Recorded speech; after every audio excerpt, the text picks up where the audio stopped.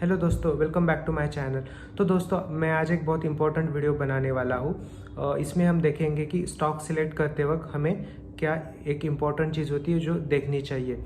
तो दोस्तों, इस चैनल पे मैं जो भी वीडियोस बनाऊंगा, जो भी मैं टेक्निक्स या फिर स्टॉक्स बताऊंगा, वो सब मैंने टेक्निक्स इस किताब से सीखी है जिसका नाम है secrets for profiting in bull and bear markets, written by Stan Weinstein. तो दोस्तों, जब आप स्टॉक कोई भी खरीदते हो तो आपको ज़रूर देखना चाहिए कि वो स्टॉक कौन सी स्टेज में है, या फिर हम बोल सकते हैं कि कौन सी साइकिल में है। देखिए, हर स्टॉक की है ना एक साइकिल होती है, या फिर almost all of the stocks या फिर जो भी इंस्ट्रूमेंट मार्केट में ट्रेड करते हैं उनका एक साइकिल होता है, और वो साइकिल आपको आइडेंटिफाई करना बहुत ज़रूरी है वाइल इन्वेस्टिंग और वाइल ट्रेडिंग। तो इस वीडियो में हम देखेंगे कि स्टॉक्स के साइकिल्स कैसे होते हैं, वो कैसे वर्क करते हैं, और आपको कौन सी स्टेज में स्टॉक को बाय करना चाहिए और कौन सी स्टेज में उसको सेल करना चाहिए। तो आइए शुरू करते हैं। तो दोस्तों, आप यहाँ पे एक चार्ट देख पा रहे होंगे जिसमें मैंने स्टेजेस का एक डायग्राम दिखाया है। तो दोस्तों, यहाँ पे देखो, यहाँ पे दिख रहा है पहला होता है स्टॉक का स्टेज 1। इसमें क्या होता है कि स्टॉक एक पर्टिकुलर रेंज में सिर्फ कंसोलिडेट कर रहा होता है। अब ये जो कंसोलिडेशन का स्टेज होता है, इसमें क्या होता है कि स्टॉक पर्टिकुलर रेंज में, फॉर एग्जांपल अगर कोई स्टॉक है वो कंसोलिडेट कर रहा है 100 to 120 के रेंज में, तो काफ़ी दिनों तक या फिर कुछ कुछ केसेस में काफ़ी सालों तक भी वो कंसोलिडेट करते रहता है एक ही पर्टिकुलर रेंज में, जैसे यहाँ पे हो रहा है। और इस दौरान क्या होता है कि जो 30 वीक मूविंग एवरेज होता है स्टॉक का, वो भी फ्लैट रहता है। देन तो जनरली क्या होता है कि इस फेज़ में स्टॉक में कोई एक्टिविटी नहीं होती, ना कोई इंटरेस्टिंग उसमें खबर आती है, कुछ नहीं होता। जनरली वो स्टॉक ज़्यादा ट्रैक भी किसी से कोई करता नहीं है उसको। देन क्या होता है कि अगर कोई इंस्टीट्यूशन की स्टॉक पे नज़र पड़े, उनको कुछ इन्फॉर्मेशन पता चले, तो क्या करते हैं, उस स्टॉक को एक्यूमुलेट करना स्टार्ट करते हैं। देन वो कोई भी हो सकता है, मतलब इंस्टीट्यूशन हो सकता है, ऑपरेटर हो सकता है, या फिर कोई बड़ा इन्वेस्टर भी हो सकता है। देन वो क्या करते हैं कि बड़ी क्वांटिटी में स्टॉक को बाय करना स्टार्ट कर देते हैं। उस दौरान क्या होता है कि बड़े बड़े वॉल्यूम्स उसमें क्रिएट होना स्टार्ट होता है, और जब एक सफिशेंट वॉल्यूम वो एक्यूमुलेट कर लेते हैं, तब क्या होता है कि स्टॉक में सेलर्स जो होते हैं वो ड्राई अप हो जाते हैं, मतलब ज़्यादा सेलर उसमें बचते नहीं है। तो क्या होता है कि स्टॉक फिर एक ट्रेंडिंग फेज में चला जाता है। मतलब यहाँ पे ये स्टेज 1 था, स्टेज 1 से लेके वो ये रेंज तोड़ के वो नया हाई बना के स्टेज 2 में चला जाता है। अब स्टेज 2 में क्या होता है कि स्टॉक जब स्टेज 2 में जाता है तो एक नया हाई बनाता है, फिर से नीचे आता है, फिर से एक न्यू हायर हाई बनाएगा, देन एक लो बनाएगा थोड़ा नीचे आके, देन अगेन हाई जाएगा, अगेन लो आएगा। तो दोस्तों, ये जो होता है इसको बोलते हैं higher highs and higher lows. ये स्टेज 2 ट्रेंडिंग पैटर्न है। इसमें क्या होता है कि 30 वीक मूविंग एवरेज भी आपका अप ट्रेंड होने लगता है, and stock higher highs and higher lows बनाने लगता है। सी, यहाँ पे स्टॉक ने रेंज तोड़ा यहाँ पे, देन ये ऊपर का एक नया हाई बनाया, उसके बाद नीचे आया, लेकिन ये जो लो था ये प्रीवियस लो के मुकाबले ऊपर था। ओके, देन ये फिर से हाई गया। अब ये जो हाई था ये प्रीवियस हाई के मुकाबले ऊपर था, एंड जो फिर से जो नीचे आया, तो ये जो लो था ये प्रीवियस लो के हिसाब से ऊपर था। That is means higher highs and higher lows. तो दोस्तों, ये पैटर्न बनता है स्टेज 2 में, जहाँ पे स्टॉक अप ट्रेंडिंग होता है, उसमें बहुत ज़्यादा मोमेंटम भी होता है, और वो तेज़ी से ऊपर जाता है, एंड उसका 30 वीक मूविंग एवरेज भी अप ट्रेंड में होता है। देन क्या होता है कि थोड़े समय बाद, मे भी कुछ महीने या फिर 1-2 साल बाद, क्या होता है कि स्टॉक फिर से एक बार कंसोलिडेशन फेज में चला जाता है, जो यहाँ पे क्रिएट होता है। तो यहाँ पे क्या होता है कि स्टॉक फिर से एक बार रेंज में ट्रेड होने लगता है। अब इसमें क्या होता है कि यहाँ पे 2 पॉसिबल सिनारियोज होते हैं। कुछ कुछ केसेस में क्या होता है कि स्टॉक यहाँ से फिर से एक बार ऊपर की तरफ ब्रेकआउट दे देता है और स्टेज 2 में चला जाता है, अगर उसमें अभी भी बाइंग पावर बची है तो। बाइंग पावर मतलब अगर अभी भी बायर्स उसमें इंटरेस्टेड है, या फिर बायर्स अभी भी उसमें स्ट्रांग रहेंगे तो। अगर वैसा नहीं है, अगर सेलर्स उसमें स्ट्रांग हो गए, तो क्या होता है कि स्टॉक ये रेंज जो है ये तोड़ देता है और डाउन साइड की तरफ एक ब्रेक डाउन देता है, और सिमिलरली लाइक स्टेज 2 स्टेज 4 उसका डाउन ट्रेंड में बन जाता है। तो वहाँ पे क्या होता है कि आपका 30 week moving average down trend में चला जाता है, और stock lower highs and lower lows बनाना स्टार्ट कर देता है। अब एक यहाँ पे बात समझनी ज़रूरी है कि जो स्टेज 2 होता है वो थोड़ा स्लो होता है, क्योंकि आपको डेफिनेटली एक चीज़ है कि स्टॉक ऊपर ले जाने में काफ़ी बाइंग पावर लगती है। लेकिन स्टेज 4 में ऐसा नहीं होता। स्टेज 4 में जनरली क्या होता है, स्टेज 4 तब शुरू होता है जब स्टेज 3 में स्टॉक का डिस्ट्रीब्यूशन होता है, मतलब स्टॉक में सेलर्स ज़्यादा एक्टिवेट हो जाते हैं और वो फिर स्टॉक बहुत तेज़ी से नीचे आ सकता है और वो नीचे आ जाता है। देन अगेन कुछ टाइम के बाद वो स्टॉक स्टेबलाइज होता है और स्टेज 1 में कन्वर्ट हो जाता है। तो अब यहाँ पे होता क्या है, देखो स्टेज 2 में ना बायर्स बहुत ज़्यादा स्ट्रांग होते हैं।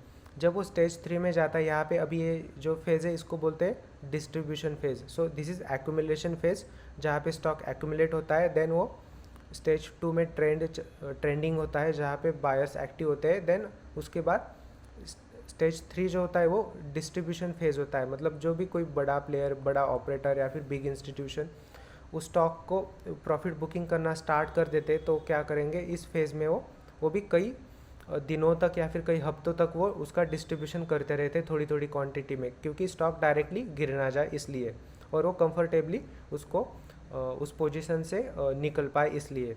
तो जनरली आपने देखा होगा कि स्टॉक जब न्यूज़ में आने लगते तो इस स्टेज में आते, स्टेज 3 में, क्योंकि एक सिंपल सी बात ऐसी, अगर कोई इंस्टीट्यूशन को जब वो बाय करते हैं या फिर कोई बड़ा प्लेयर जब बाय करता है स्टॉक्स, तो बहुत बड़ी क्वांटिटी में बाय करता है। अब ये होता है कि जब उनको बेचना होता है तो ऑब्वियसली कि उनको बहुत ज़्यादा वो स्टॉक की मतलब डिमांड क्रिएट करनी होगी, तभी वो बेच पाएंगे, नहीं तो स्टॉक बहुत जल्दी से गिर जाएगा। तो जनरली क्या होता है कि रूमर्स फैलाना या फिर स्टॉक न्यूज़ में आना मतलब वो इस तरीके से मेक श्योर करती कि स्टॉक ज़्यादा न्यूज़ में आए, या फिर वो ज़्यादा सोशल सर्कल्स में क्या बोलते हैं कि वो लोगों के डिस्कशन में चला जाए, ताकि लोग उसको खरीदें। तो रिटेल ट्रेडर प्लेयर क्या करते हैं, वो स्टॉक खरीदते हैं और ये वो स्टॉक उनके ऊपर डंप कर देते हैं एंड निकल जाते हैं बाहर। एंड देन वो स्टॉक क्या होता है कि स्टेज 4 में चला जाता है डाउन ट्रेंड में। तो जनरली ये होता है मार्केट का साइकिल या फिर स्टॉक का साइकिल, और ये सबको लागू है, जैसे गोल्ड हो गया, सिल्वर हो गया, फॉरेक्स करेंसी, आपका स्टॉक्स हो गए, कोई भी चीज़ ले लो, आपको जनरली ये स्टेजेस दिखाई देंगी स्टॉक मार्केट में। तो अब एक रियल लाइफ एग्जांपल लेते हैं कि स्टॉक स्टेजेस आइडेंटिफाई कैसे करनी है और उसमें बाइंग कैसे करनी है। सी एक चीज़ मैं आपको बताता हूँ, कोई भी स्टॉक अगर आप बाय करने जाओगे ना, तो हमेशा मेक श्योर करना कि आप जो स्टॉक है वो स्टेज 2 के शुरुआती हिस्से में हो या फिर इन बिटवीन हो तो भी चलेगा, बट मेक श्योर कि आप स्टेज 3 एंड स्टेज 4 वाला स्टॉक बाय नहीं करना है आपको। अभी मैं आपको एक रियल लाइफ एग्जांपल में दिखाऊंगा कि कैसे आइडेंटिफाई करना है। ओके, तो देखो अभी ये कौन सा है, आईटीसी। ठीक है, चलो आईटीसी देख लेते हैं पहले। तो दोस्तों यहाँ पे देखो अभी आईटीसी में क्या हो रहा है कि ये स्टेज 4 में जा चुका है अभी। ओके, बट हम यहाँ पे शुरुआत में देखेंगे इसका। ओके, अभी देखो जैसे मैंने आपको कहा था कि जब स्टॉक एक रेंज में चला जाता है तो आइदर अप साइड में ब्रेकआउट देगा या फिर डाउन साइड में देगा। अब यहाँ पे मैं कुछ लाइंस ड्रॉ करता हूँ। तो देखो ये जो स्टॉक था आईटीसी, ये 47 एंड 75 के बीच में ऑलमोस्ट 2006 से लेके 2009 तक, मतलब ऑलमोस्ट 3 से 4 साल वो कंसोलिडेट कर रहा था एक ही रेंज में। देन उसके बाद क्या हुआ, यहाँ पे देखो एक बड़े वॉल्यूम के साथ, बड़ा वॉल्यूम नहीं बोल सकते बट हाँ सफिशेंट वॉल्यूम के साथ उसने एक ब्रेकआउट दिया और उसके बाद वो अप ट्रेंड में चला गया। सी यहाँ पे वो रेंज बना रहा था, देन उसके बाद क्या हुआ कि यहाँ पे वो ऊपर गया, नीचे आया, लेकिन उसने रेंज ब्रेक नहीं किया। ये जो रीजन था उसमें नीचे आया नहीं, वो फिर से ऊपर गया, फिर से एक उसने लो बनाया एंड उसके बाद वो देखो फिर से एक हाई बनाया, फिर से नीचे आया। अभी देखो यहाँ पे ये जो लो था ये इस लो के हिसाब से ऊपर की तरफ था, तो ये स्टॉक चला गया स्टेज 2 अप ट्रेंड में। Okay, same thing continued till 2013। अभी यहाँ पे देखो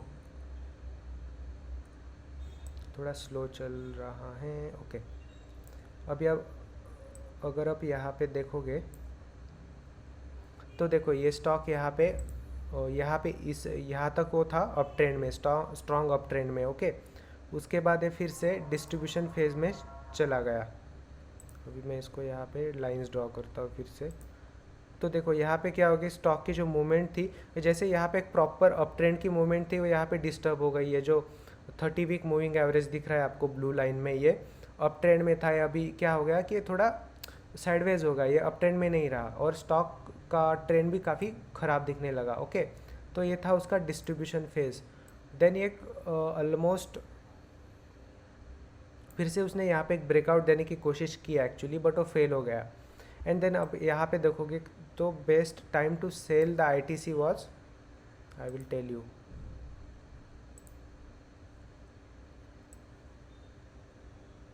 ये था यहाँ पे।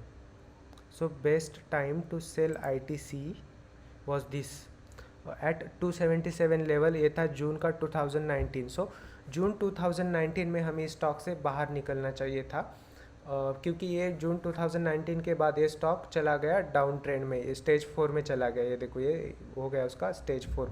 अभी अगेन वो स्टेज 1 में कन्वर्ट हो रहा है। मैं स्टेज 2 नहीं बोलूँगा क्योंकि इतना भी अच्छा ट्रेंड नहीं है उसका, but this is how it happened. अब थोड़ा बेटर चार्ट देखते हैं, अदानी एंटरप्राइज, ये बहुत सही एग्जाम्पल है स्टेज 1 एंड स्टेज 2 का।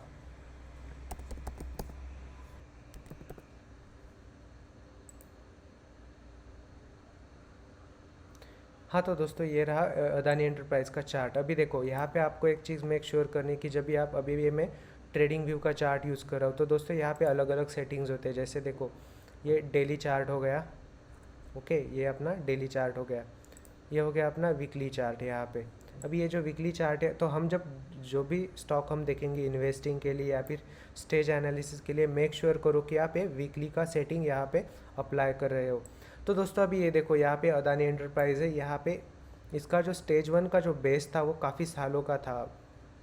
अगर मैं यहाँ पे आपको दिखाऊँ लाइन ड्रॉ करके, देखो ये जो स्टेज था उसका कम से कम उसने यहाँ से लेके, ये उसका था स्टेज 1।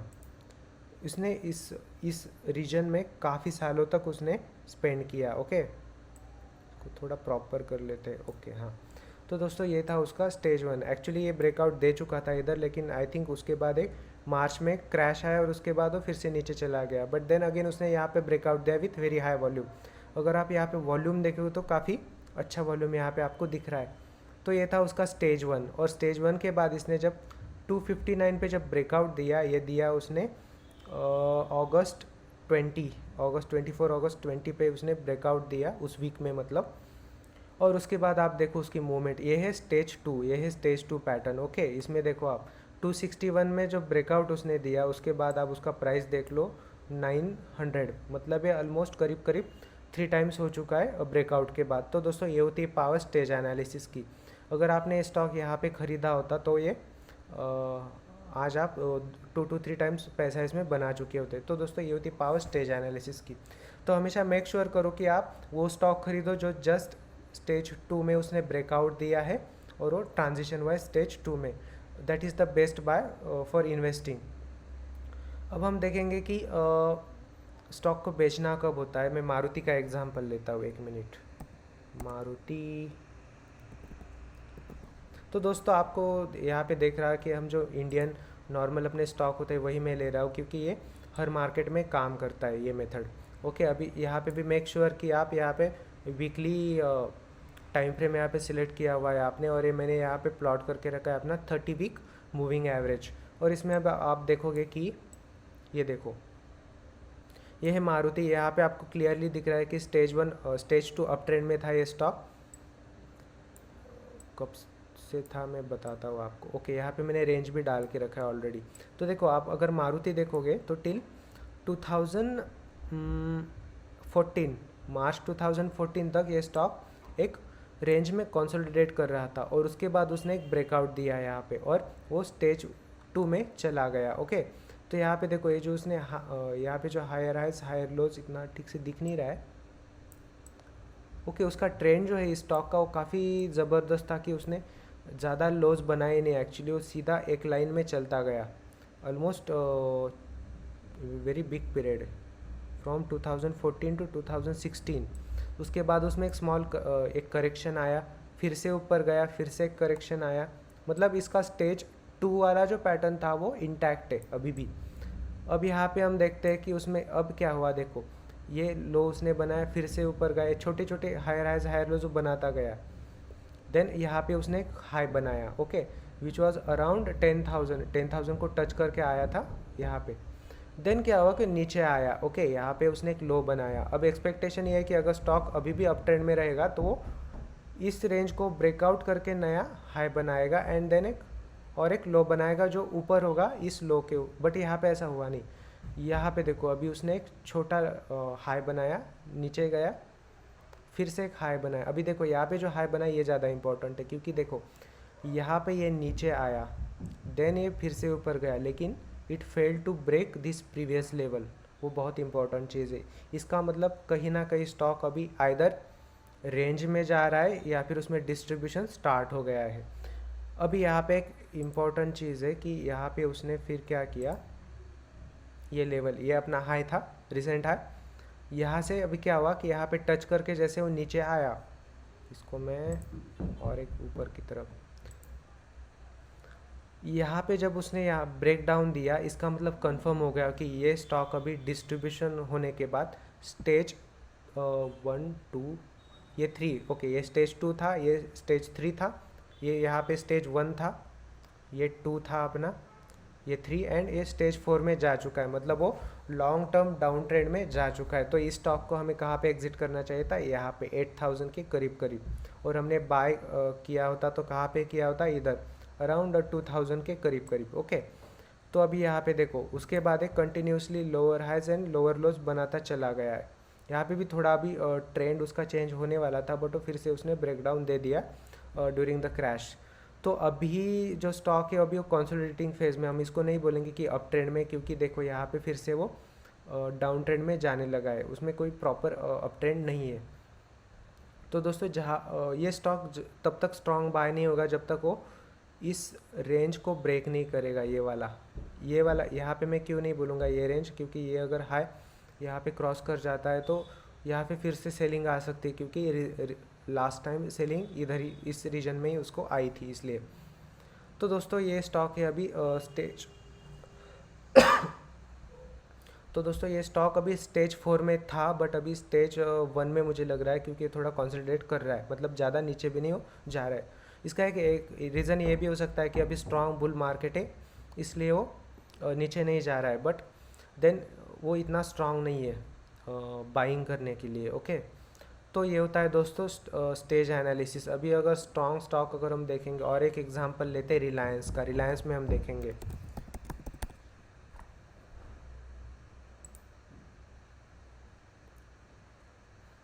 तो देखो अभी ये हो गया रिलायंस का चार्ट, ये भी वीकली चार्ट है, बाय डिफ़ॉल्ट सेटिंग मैंने वैसे ही करके रखा है। तो देखो यहाँ पे भी मैं एक ही लाइन डालता हूँ, ये देखो यहाँ पे आपको दिखा होगा एकदम प्रॉपर टेक्स्ट बुक एग्जाम्पल है ये। देखो यहाँ पे जो है ना मल्टी ईयर, ये जो है काफ़ी सालों तक रिलायंस ने कंसोलिडेट किया, लाइक 7-8 ईयर्स, एंड उसके बाद देखो यहाँ पे उसने वेरी बिग वॉल्यूम यहाँ पे उसने ब्रेकआउट दिया, एंड उसके बाद देखो तो ये हो गया आपका स्टेज 1, और ये फिर चला गया स्टेज 2 में, इधर यहाँ से करीब करीब 600 के आसपास का लेवल होगा ये। उसके बाद देखो continuously higher highs higher lows बनाता जा रहा है। अभी देखो यहाँ पे ऑब्वियसली उसने एक यहाँ पे जब क्रैश आया, मार्च का क्रैश है, इसमें उसने तोड़ दिया रेंज। अगर वो क्रैश नहीं हुआ होता तो ऑब्वियसली वो रेंज नहीं तोड़ी होती उसने, बट ठीक है। अभी ऑफ कोर्स अगर मैं होता तो इस लेवल पे निकल जाता 1311 पे, और बाद में फिर से उसको बाय कर लेता। इतना तो हम रुकेंगे नहीं नीचे आने तक, ऑब्वियस चीज़ है। तो देखो ये ट्रेंड था उसका, ओके ओके। एंड देन उसके बाद क्या हुआ, देखो जैसे ही अपना यहाँ पे फॉल ख़त्म हो गया, उसके बाद उसने फिर से रिबाउंड किया, और ये देखो ये प्रीवियस हाई उसने फिर से तोड़ दिया और वो अप ट्रेंड में चला गया। अभी देखो यहाँ पे क्या है कि वो काफ़ी देन उसके बाद क्या हुआ कि यहाँ पे तो ये जो स्टॉक है स्टेज 2 में, यहाँ तक इवन स्टेज 2 में ही है, बट यहाँ पे क्या हुआ ना कि उसने रेंज तोड़ दिया और वो कंसोलिडेट करने लगा। अब तो अभी जो उसका फेज़ है वो कंसोलिडेशन का फेज़ है। हो सकता है कि अभी वो ट्रेंड अप ट्रेंड में जा चुका हो, बट हमें अभी तक क्लियर नहीं है, क्योंकि आप यहाँ पे देखो ये जो 30 वीक मूविंग एवरेज है ये अभी भी ये अभी यहाँ पे थोड़ा फ्लैटन आउट हो गया है। यहाँ पे क्या था, वो अप ट्रेंड में था, तो स्टॉक कंटिन्यूसली अप ट्रेंड में था। यहाँ पे थोड़ा फ्लैट, वो अभी भी फ्लैट है। ये जब तक अप ट्रेंड में नहीं जाता 30 वीक मूविंग एवरेज, तब तक हम बोलेंगे नहीं कि ये स्टॉक अप ट्रेंड में जा चुका है। मतलब मेरे हिसाब से अगर देखो तो ये लेवल जब तक वो क्रॉस नहीं करता 2300 वाला, 2350 वाला एक्चुअली, तब तक हम नहीं बोलेंगे कि ये स्टॉक फिर से स्टेज 2 अप ट्रेंड में जा चुका है। तो दोस्तों ऐसे करते स्टेज एनालिसिस। तो दोस्तों कल मैं एक वीडियो डालूँगा स्टॉक इन्वेस्टिंग आइडिया, मतलब मैं एक स्टॉक कल बताऊंगा आपको कि जो जिसने अभी अभी एक स्टेज 1 पैटर्न ब्रेक किया है और स्टेज 2 में वो जस्ट उसने एंट्री की है। तो दोस्तों अगर आप इस तरीके से एनालिसिस करोगे तो ऑब्वियसली आप बड़े लॉसेस तो एटलीस्ट नहीं करोगे स्टॉक मार्केट में, फिर लॉसेस नहीं करोगे तो प्रॉफिट तो आ ही जाएगा। हर वीक मैं आपको हमेशा एक चार्ट शेयर करूंगा जिसमें मैं आपको बताऊंगा कि ये चार्ट क्यों बाय करना चाहिए, इसमें एंट्री ही क्यों लेनी चाहिए, वो सब मैं आपको हर वीक बताऊंगा। और हम एक उसका ट्रैक रिकॉर्ड रखेंगे कि जो हमने स्टॉक सिलेक्ट किया था, जिसका हमने चार्ट देखा था, वो week on week, month on month, year on year कैसे परफॉर्म कर रहा है, उसका हम एक्सेल बनाएंगे और हम हर वीक उसका प्रोग्रेस देखेंगे कि कैसे चल रहा है। तो मैं आपको ये तो नहीं सजेस्ट करूँगा कि जो स्टॉक मैं दिखाऊंगा वो बाय करो। सबसे पहले हम देखते हैं कि वर्क कैसे करता है, क्योंकि हम सबसे पहले देखेंगे कि वर्क कैसे कर रहा है, ओके, सक्सेसफुली वर्क कर रहा है कि नहीं स्टॉक मार्केट में, तब हम देखेंगे। तो आपको लगा तो बाय करना, नहीं किया तो भी चलेगा। बाकी सीख तो आप सकते ही हो, सिर्फ वीडियो देखते हो तो कोई प्रॉब्लम नहीं है। तो दोस्तों अगर ये वीडियो आपको अच्छा लगा तो सब्सक्राइब करो चैनल को, and thank you for watching. और हाँ, अपने दोस्तों के साथ ज़रूर शेयर करना अगर आपको ये वीडियो अच्छा लगा, क्योंकि इसमें सिर्फ ये नहीं है, एक प्राइमरी चीज़ होती है जो देखनी होती है स्टॉक में, बट इसके अलावा और भी चीज़ें होती है जो मैं कमिंग वीक्स में बताऊंगा आपको, क्योंकि बहुत सारी चीज़ें, इतना बड़ा बुक है तो मैं इतने छोटी वीडियो में तो नहीं बता सकता आपको, तो उसको टाइम लगेगा पूरा बताने के लिए, बट मैं आपको धीरे धीरे बताऊंगा। This is really good book, आपको अमेज़ॉन पे भी मिल जाएगा। तो दोस्तों thank you for watching, and अगर आपको वीडियो अच्छा लगा तो डेफिनेटली लाइक करना एंड सब्सक्राइब करना चैनल को, and thank you for watching.